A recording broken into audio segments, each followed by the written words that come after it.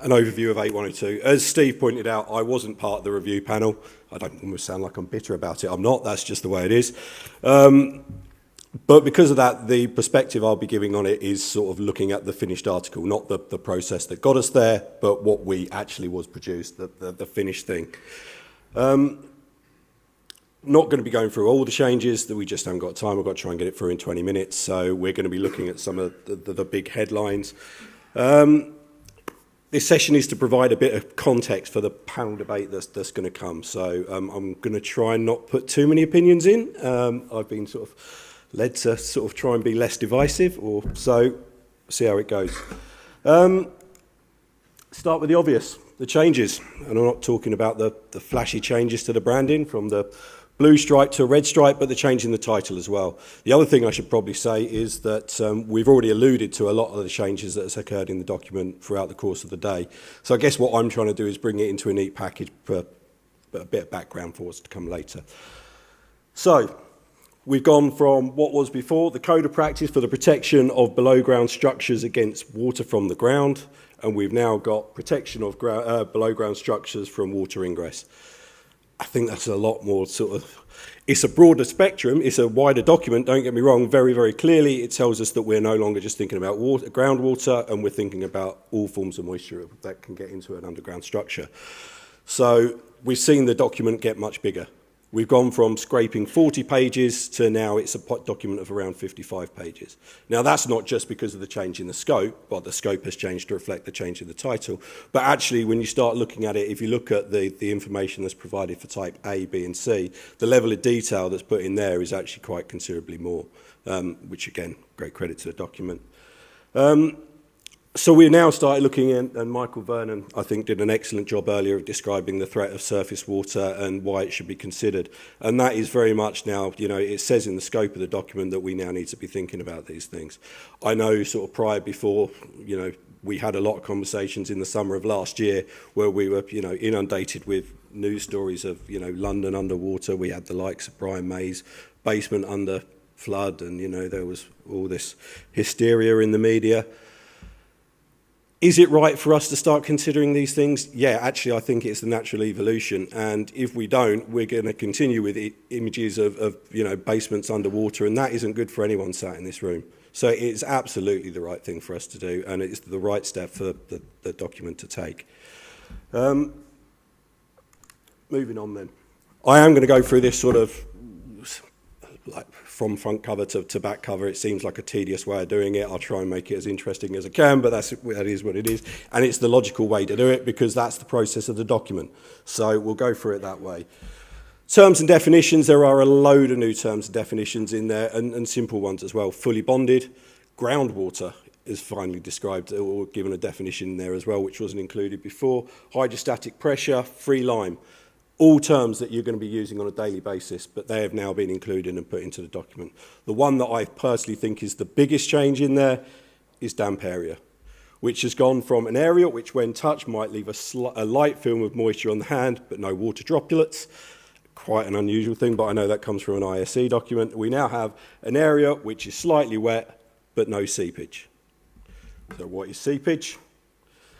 This is a term which is in the 2009 version of the document. Seepage, slow transmission of water through the structure, through discrete pathways of a structure. Let me carry myself. So we've now gone from having water which is essentially visible and wet, to water that is coming from certain or not coming from certain sources of water, essentially. It's not coming through the structure. So it's a bit more, you know, that affects our grades of waterproofing. That's why that's quite significant, and we will get back to that. Design philosophy. Personally, and I think virtually everyone in the room is going to agree with me, well, I hope they are, I don't think I'll get much objections. This has been what makes 8102 so successful. It has been the backbone of essentially the CSSW qualification, the syllabus, and understanding and getting the premise of that design philosophy behind 8102 is fundamental to good waterproofing design. So that is for my mind, is a very, very vital part of the document. And that actually hasn't changed in any great deal in this version of the document that I perceive. So that's great. The fact that they stayed the same is brilliant. What we have seen some change to, and a part of the document that I think is very much underutilised and probably doesn't get the credit it does, but is very, very good for getting robust design. Figure 1, the flowchart, actually very often overlooked, very good part of the standard. If you go through figure 1 and you take that process, you use it, you're going to end up with a pretty robust waterproofing design. For those that are familiar with the old one, you'll know, whereas before, needs to not move away from the lectern, before yes, or just below yes, we had a solution. So you could do design and it tells you you've got a waterproofing solution. What we now have is a whole section below that, so it no longer tells you have a solution, it tells you you've got ongoing review and and a finalised design. So it's telling you you've got to keep going, basically. And how can that can't be a bad thing, because how often do we know that you do a great design, you can have a great install, but actually things change when you're on site. You know, designing on a bit of paper is one thing, but what you actually get on site is two very, very different things. And you need someone to be able to influence that design. So if you do need to make a change when it's on site, that needs to go to the right people. That needs to go to the waterproof designer, someone that's got the proper skill set to be able to make that decision. So this is telling us there needs to be more ongoing engagement. And I don't think anyone in this room will think that's a bad thing. So my hat's off. I think that is a great change, great addition to the document. The other thing that sits behind the design philosophy is it tells us to expect defects. So we are told to expect defects in two forms. And again, I think this is what's made the document in its sort of, it was standing for 13 years, it did a very good job. But it told us to expect defects. We had to expect defects from poor workmanship and inappropriate use of materials and the nature of those materials being used. That has now been expanded. We now have 4 considerations for defects. Ultimately, the design could be wrong. So it could just be that the person that's designed it hasn't done a very good job, and we've got to take consideration for that. The other one is follow-on trades. And this sort of goes back to what we were thinking about earlier, how you could have a great design, you can have a great install, and how often are we seeing it that actually the reason you have failure is because someone that's gone in afterwards with a whatever, and a Sparky, whatever, has gone in and put in gone through the membrane, the waterproofing system, and compromised it. So now we are told we must consider that as part of our design. How do you consider the possibility of follow-on trades? Well, there's numerous ways we can do that. It could be site education. So if it's a large site, you can have speaking to the site manager, make sure that he is encouraging that the conversations for anyone that goes in the basement must be aware of the waterproofing layer, and not to compromise. If it is, it needs to be reported, etc. Simple things. Some of the manufacturers, I think, do this very, very well.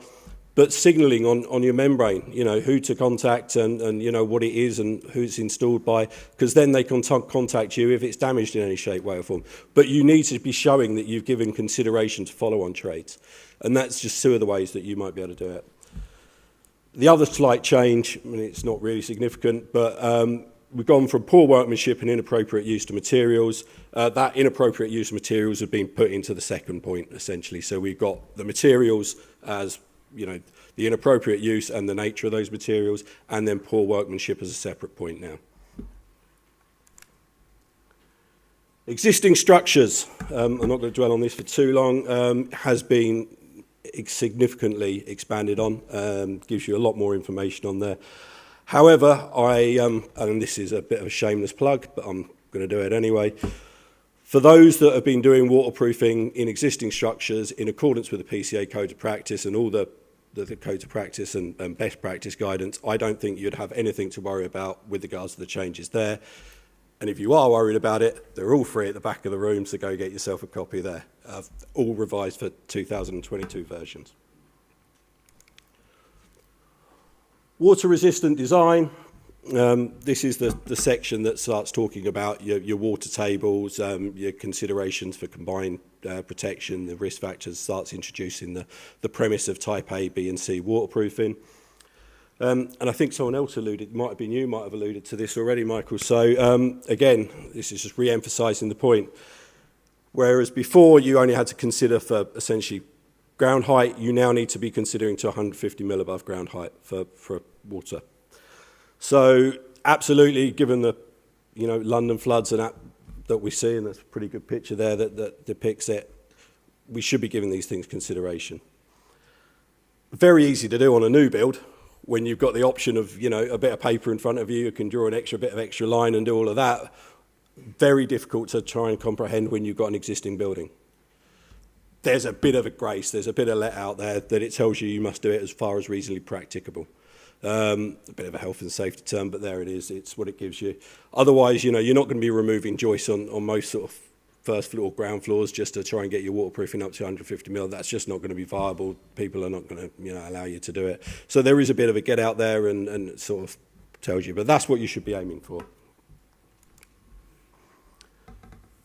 Let's get to probably the contentious bit, I guess. So the bit that's probably raised the most eyebrows since it's released would be Table 2. I don't think there's anything, I'm saying anything untoward there. It's the bit that's probably seen the most significant revision. So this is the new version. The first thing that's immediately obvious is we've now got a split in grade 1. We've got grade 1A, 1B. We will go into that in more detail in a short while. The other thing that's changed in there is we've got rid of the examples. So whereas previously we had for grade 1 would have been a car park, for grade 2 you had workshop, also in grade 1, but they've been completely removed. Personally, and I would, I said I'd try and keep opinion out of it, I think that's the right step. Because ultimately if you were asked to design a car park, you'd instantly go to grade 1 as a default, but that's not necessarily what your client wants. What you've now got is it's encouraging to have further engagement with your client and design to what they are after. And that, again, has got to be a great thing. Because a car park can be very subjective. A public car park, probably get away with a grade 1. If you're in the West End of London and they want to park their fleet of supercars, Bentleys, Rolls-Royce, whatever, down in a basement, then they ain't going to want a grade 1. So actually having that level of engagement with your client, which I think removing those grades and preventing you go for a default grade, because that's what it says, and ensuring you get the right grade for your client, absolutely the right step. So, moving into those grades. Grade 3 is what grade 3 has always been. So, no water ingress or damp patches acceptable, ventilation, dehumidification and air condition appropriate to use. That is the grade 3 that we are all familiar with. It's not changed, it's habitable accommodation. If you're putting ventilation in, you're going to need to follow the guidance for ventilation, which is going to be approved document F. So that is, hasn't changed. That's grade 3. Grade 2 has changed. It is quite a wordy description now. No seepage is acceptable. Damp areas as a result of internal air, moisture, blah, blah, blah. We can simplify that quite significantly, I believe. Damp as a result of condensation is acceptable. I think is pretty much the long and short of it. I personally believe actually that's what grade 2 was before. I think there was a bit of ambiguity over the previous grade 2. I think this clears it up quite nicely and you have a very well-defined grade 2. That's actually thumbs up for that. I think good job done. Grade 1A is where we start seeing this split in grades. So the other thing that I think is weird is we've gone from grade 3, which is water ingress, and then suddenly we start talking about seepage. So there does seem a bit of a mix in the grades there, but I don't think it's significant. But grade 1A, seepage and damp areas from both internal and external sources are allowed if this does not impact the use of the space. So essentially you've got a leaky basement. A basement that lets water in, but it lets water in to a degree that you can still use it, and you might need some internal drainage. Fair enough. I think the grades that we've got so far, the 1, 2, well, 1A, 2 and 3, virtually mirror the previous grades. I think they are very usable. I think they're very clearly defined, and I don't think that any issues there at all. Where I think there may be some confusion and some need to adjust and getting used to is perhaps grade 1B. This feels like a very new grade because it is, but we've got no seepage. Damp areas from internal and external sources are tolerable. So essentially what we've got here is a basement which is a bit leaky. So you've got to design it so you're allowed a damp area, but you've not got seepage. Quite hard to design to, I think, is what most people have sort of has been most concerned. It does give you guidance within that document how to do it. It says if you want a 1B structure, then you've got to be designing to BSEN 1992-3 2006. So it does give you some guidance in there to how to do it. But that, I think, is probably the one that's raised the most eyebrows, I think would be the fair way of putting it. Buried decks, there's a new section on buried decks, and I'm just going to repeat what Ben said to you earlier. He covered it very, very well, but it is a new section. They are notoriously difficult structures to waterproof. They are prone to failure. The guidance, that Ben sort of highlighted to you earlier is essentially replicated in this document. Ideally formed a reinforced in situ concrete, incorporating falls, and ensuring that actually you're preventing that. You're not preventing that water from discharging off that deck, so you've got a drainage layer that allows that water to get off. Good advice, pretty simple stuff. Type A, I'm going to cover just the headlines on this. There's not a lot to say here, but the big thing, obviously, we've removed sandwich waterproofing, so you can't have something that's encased within the structure. You can now have either external barrier waterproofing or internal barrier waterproofing. Fairly straightforward. I think that was quite a contentious one in the previous version from what I've heard. Obviously, the problem with this is there's no accessibility for remediation, so that has now gone. The other big change for barrier waterproofing is that we've gone from active clay liners to active core liners, just to reflect some of the range of products that are now out there. Type B, again, just the headlines. There's been quite a lot of changes to Type B, but essentially some of the key ones. It now promotes the use of a monolithic kicker. Makes sense. You're getting rid of an inherent sort of weak point, so it's standard stuff. And encourages the implementation of an on-site Q&A system. Again, simple stuff that makes sense. Type C, so we've got drain cavity protection. Stuff we're all familiar with, but it now says you've got to have your channel below the membrane. It seems fairly obvious in most instances, but we do see it or have seen it where you have a membrane that's only either not even covered or you have a membrane abutting the drainage channel. It's now telling you it should be directly below, otherwise you're losing half the capacity of the channel. Self-explanatory stuff, but it's put in there. Drainage channel should be at the wall floor junction. Again, fairly straightforward stuff, but now included. It does say, you can do, if you can't get it at the base of the wall, you can increase the capacity of the void to compensate accordingly. There is some great guidance in there as well about multi-storey basements as well and how to design for those.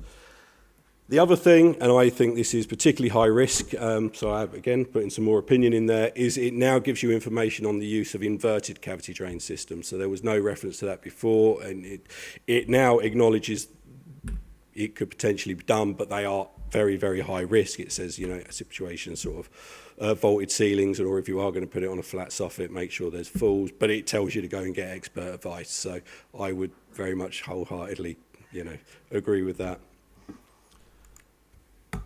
Type C systems again, but discharge pumps and sumps and pumps.